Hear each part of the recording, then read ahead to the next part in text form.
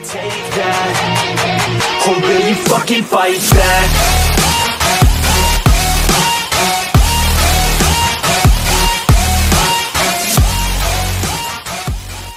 Assalamualaikum warahmatullahi wabarakatuh. Bismillahirrahmanirrahim. Ketemu lagi dengan saya Ahmad Musafa di channel Mas Bos 1486. Oke, pada kesempatan kali ini saya mau bahas tentang mikrotik. Ini adalah materi untuk siswa SMK khususnya jurusan TKJ. Pada kesempatan kali ini saya mau bahas tentang IP statik dan IP dinamis. Tentunya di IP lokal ya. Jadi ini adalah prasyarat untuk mengikuti pelajaran di kelas 12. Di pelajaran saya yaitu di pelajaran AIJ, Administrasi Infrastruktur Jaringan, yang mana nantinya anak-anak SMK ini akan mendapat sertifikat MTCNA dari mikrotik.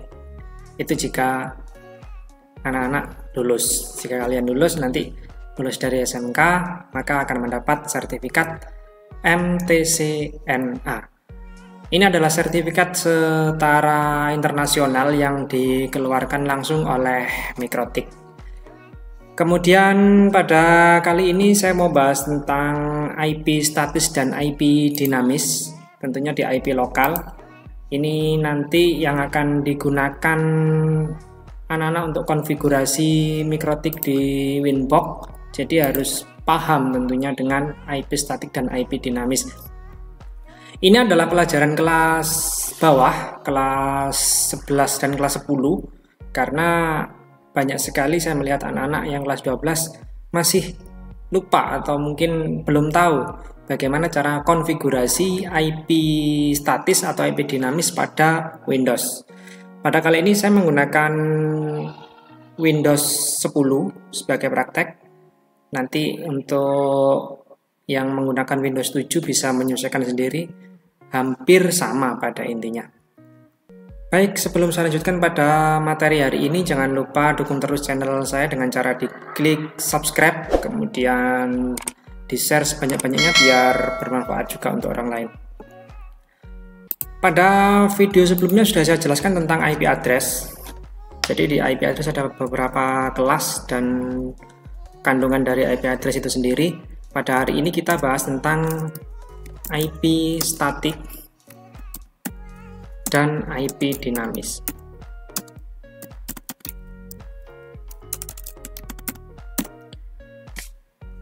IP statik artinya IP-nya tetap, jadi kita mengatur sendiri. IP tetap, kita harus mengaturnya secara manual. Jadi dikonfigurasi secara manual. Tetapi kalau IP dinamis, kita mengikuti DHCP-nya. Pada video sebelumnya sudah saya jelaskan tentang DHCP.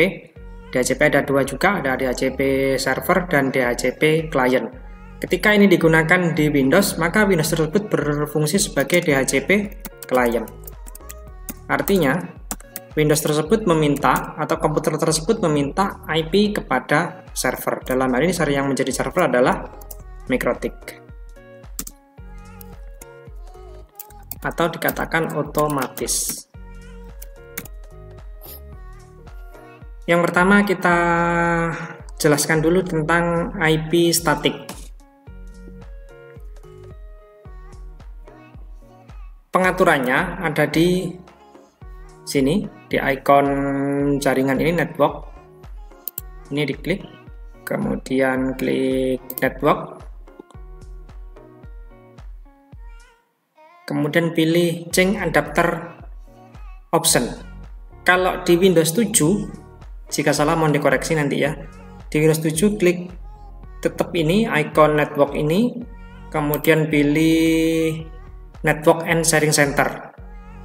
Kemudian setelah itu di sebelah kiri sini, di menu sebelah kiri, kalau di Windows 7 silakan dipilih change adapter setting. Kalau di Windows 10 change adapter option. Nanti muaranya akan sama, tampilannya sama seperti ini, baik Windows 7 maupun Windows 10. Tampilannya seperti ini. Nah, kita hari ini fokus pada Ethernet. Yang kita bahas adalah tentang IP statik dan IP dinamisnya Ethernet. kita klik kanan, kemudian klik properties. Setelah itu pilih Internet Protocol version 4, TCP/IP v4. Seperti yang saya jelaskan di sebelumnya, kita bahas tentang IP version 4, kemudian klik properties. Nah, ketika dipilih yang bawah seperti ini, dan isiannya ini aktif, maka ini disebut dengan IP statis. Jadi kita mengisinya secara manual. Awalnya ini kosong seperti ini. Nah, kosong. Kalau ini berarti kita otomatis ikut DHCP server. Berarti ini berfungsi sebagai DHCP client. Ketika ini dipilih use the following IP address, maka kita harus mengisikan. Sebelum kita mengisikan, kita harus tahu servernya menggunakan address berapa. Nah, kita lihat dulu di MikroTik-nya. Ini adalah settingan MikroTik yang sebelumnya. Pada video saya sebelumnya, silahkan dicek sendiri. Kita menghubungkan MikroTik dengan komputer ini menggunakan Ether 2. Network yang digunakan Ether 2 adalah 192.168.200.1 ini digunakan Ether 2, sehingga nanti yang bisa digunakan oleh komputer itu mulai dari 2 sampai 254 dengan network 192.128.200 sampai 254 seperti itu. Sekarang kita coba kita isikan secara manual 192.128.200. Di sini tidak boleh 1 karena 1 sudah dipakai oleh MikroTik Ether 2 tadi. Jadi boleh 2, boleh 3, boleh 4, boleh 254. Ini maksimal. Nah, pada video sebelumnya sudah saya jelaskan tentang kandungan IP address. Jadi IP address itu ada 2 kandungan, ada network ID, ada host ID. Kita menggunakan kelas C pada kali ini, di mana kelas C adalah di 3 oktet pertama ini, di 24 bit pertama atau di 3 oktet pertama ini adalah network ID. Kemudian yang 8 bit terakhir, yang 1 oktet terakhir, ini adalah host ID. Nah, ini yang nggak boleh sama antara komputer yang satu dengan yang lainnya, termasuk miliknya MikroTik, biar tidak konflik atau collision. Jadi ini yang harus dipasang secara unik, tidak boleh sama. Kalau ini berbeda, 192.128.200 ini berbeda, yang terjadi adalah kita tidak akan terhubung dalam jaringan tersebut. Kita sudah keluar jaringan, maka network ID harus sama, tapi host ID harus berbeda. Berbedanya tetap di antara angka 2 sampai 254, selain 1, karena 1 sudah dipakai di MikroTik-nya tadi di Ether 2. Ketika di sini tidak pakai 1, misalnya pakai IP terakhir 254, maka yang bisa dipasang di sini antara 1 sampai 253, karena 254 sudah digunakan di sini. Seperti itu. Sekarang kita coba, kita beri IP 200. Kemudian kita klik subnet. Subnet ini itu akan otomatis. Jadi di sini ketika kita menggunakan /24, maka akan jadi seperti ini subnetnya. Kemudian default gateway ini adalah sumber internetnya. Dalam hal ini kita menggunakan sumber internet dari Ether 2. Kita masukkan IP-nya Ether 2 192.128.200.1. Kemudian untuk DNS kita bisa menggunakan DNS-nya Google atau bisa menggunakan IP gateway ini atau IP Ether 2-nya MikroTik sebagai DNS. Lebih enak kita menggunakan miliknya Ether 2 tadi, miliknya MikroTik sendiri, 192.128.200.1. Klik OK. Close. Kita coba apakah internetnya jalan dengan cara ping. Untuk ping kalau di Windows kita bisa masuk ke command prompt. Command prompt itu caranya start, kemudian ketik saja cmd, enter. Ini adalah tampilan command prompt. Kita bisa ngeping Google dari sini, ping spasi google.com. Oke, ini artinya sudah ada jawaban, berarti ini terhubung, kita sudah bisa connect internet. Sekarang kita cek di sini, pengaturannya di sini. Ini tadi adalah pengaturan secara statis, jadi IP manual. Sekarang kalau menggunakan IP dinamis, seperti yang sudah saya jelaskan di sebelumnya, yaitu menggunakan DHCP server. Ini tadi kita tanpa menggunakan DHCP server. Sebenarnya sudah saya atur DHCP server, tapi saya disable, saya nonaktifkan ini header 2-nya. Ini internetnya sudah jalan. Kita coba dulu internetnya apakah benar jalan. Jadi di ping tadi sudah membuktikan kalau internetnya jalan. Sekarang apakah benar-benar jalan? Kita coba aja.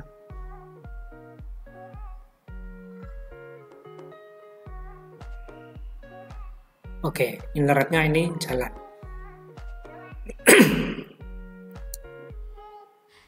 Sekarang kita gunakan IP dinamis. Yang pertama, ini kita hapus dulu IP-nya tadi.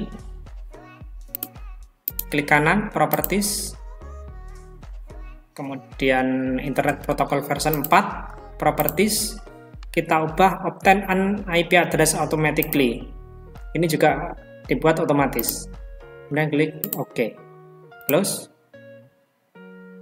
Maka akan putus internetnya. Ini nggak ada aliran internet. Kita coba.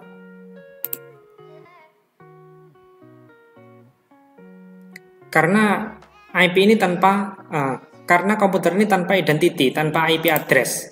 Jadi nggak ada alamatnya, ini masih belum punya alamat, sehingga internet nggak mau masuk. MikroTik pun tidak akan memberikan internet karena tidak ada DHCP servernya. Sekarang kita atur DHCP server. Sebenarnya ini sudah dibahas pada video sebelumnya, namun nggak ada masalahnya juga kalau kita bahas pada kesempatan kali ini. Ini kita hapus dulu. Di sini ada icon-icon, kalau ini add, ini plus ini add menambahkan, kalau main ini menghapus, ini adalah enable, ini adalah disable. Ini selalu ada di mana-mana ketika menggunakan MikroTik. Kita hapus saja, kemudian kita buat lagi. Kita menggunakan header 2. Klik next. Ini adalah addressnya, networknya header 2. Ini adalah addressnya header 2 yang akan digunakan sebagai gateway. Next. Nah, di sini kita bisa atur seperti pada video sebelumnya. Kalau kita berikan semua ya berarti ini dibiarkan langsung di next. Dan DNS-nya ini adalah DNS yang diberikan dari modem. Next. List system. Oke, selesai. Nah, sekarang kita coba ini. Ini masih belum ada perubahan karena status dari interface Windows ini sudah pasif. Interface pada Windows itu akan mencari ketika dihidupkan, baru dihidupkan atau di restart komputernya, dia akan mencari apakah ada aktivitas internet. Jika tidak ada, maka dia akan abaikan dan lanjut hidup. Itu ketika di restart atau baru dihidupkan, ketika proses booting atau proses POST. Nah, ketika kondisi hidup seperti ini, khusus untuk NIC ini atau interface-nya komputer, kita cukup mendisable. Mendisable itu artinya mematikan. Disable. Bisa menggunakan ini, bisa juga menggunakan klik kanan kemudian disable. Ini artinya dia putus, mati. Nah, ketika dihidupkan dia akan mencari apakah ada internet di sini, seperti itu. Enable. Nah, identifying ini ada mencari dia. Ketika sudah mendapat, nanti akan muncul network. Nah, kalau sudah muncul network 10 seperti ini atau network 1, network 2 di sini, maka ini artinya biasanya ciri-cirinya kalau sudah connect internet. Kita coba ping lagi menggunakan command prompt. Start, kemudian ketik cmd, enter. Kita ping ke google.com. Ya, sudah jalan.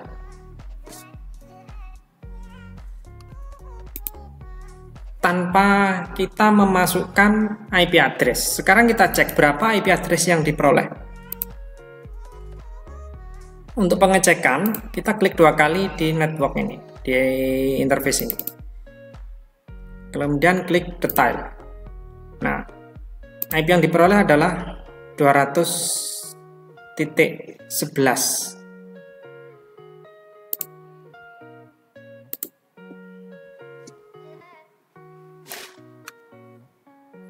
Jadi itu untuk pengaturan IP statik dan IP dinamis. Mudah mana? Kalau dikatakan mudah mana, yang paling mudah adalah yang dinamis. Karena kita tanpa mengatur IP ini secara manual. Tetapi anak-anak harus tahu dengan cara bagaimana mengkonfigurasi IP statis. Sehingga tidak hanya IP dinamis saja yang diketahui. Jadi pokoknya kalau menggunakan IP dinamis, maka di mikrotiknya harus mengatur DHCP server. Tetapi kalau tidak mengatur DHCP server, maka di sini harus menggunakan IP statis, diisi secara manual dengan cara diklik kanan properties, kemudian pilih TCP IPv version 4 properties dan diisikan secara manual seperti itu. Tambahan sedikit, bedanya ketika menggunakan statis ada tambahnya di IP kemudian DNS. Ini harus di checklist, allow remote request, ini harus di checklist supaya internetnya bisa masuk ke komputer. Ini harus di checklist biar aman. Allow remote requestnya harus checklist, kemudian klik OK, seperti itu. Baik, itu untuk materi kali ini. Selanjutnya nanti akan saya bahas lagi tentang mikrotik tentunya, mungkin tentang firewall dan lain-lain, yang jelas untuk materi persiapan siswa untuk MTCNA. Teman-teman juga bisa mencari video-video saya di channel saya, silahkan dipilih sendiri. Di situ ada beberapa materi mikrotik, ada materi umum untuk anak-anak SMA, materi-materi TIK, kemudian ada juga materi tentang operator. Tentunya di channel Mas Bos 1486.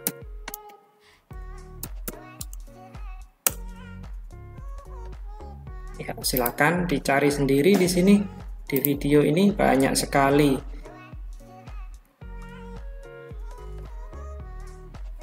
Ini tentang operator dapodik, pembahas dapodik, kemudian ini pembahas tentang mikrotik, ini perkenalan mikrotik. Dan yang seperti ini adalah materi-materi siswa SMA atau materi-materi komputer umum. Baik, itu saja untuk video kali ini. Jangan lupa di like, kemudian di subscribe dan di share sebanyak-banyaknya biar bermanfaat untuk orang lain. Tetap semangat, jaga kesehatan, dan saya kira assalamualaikum warahmatullahi wabarakatuh.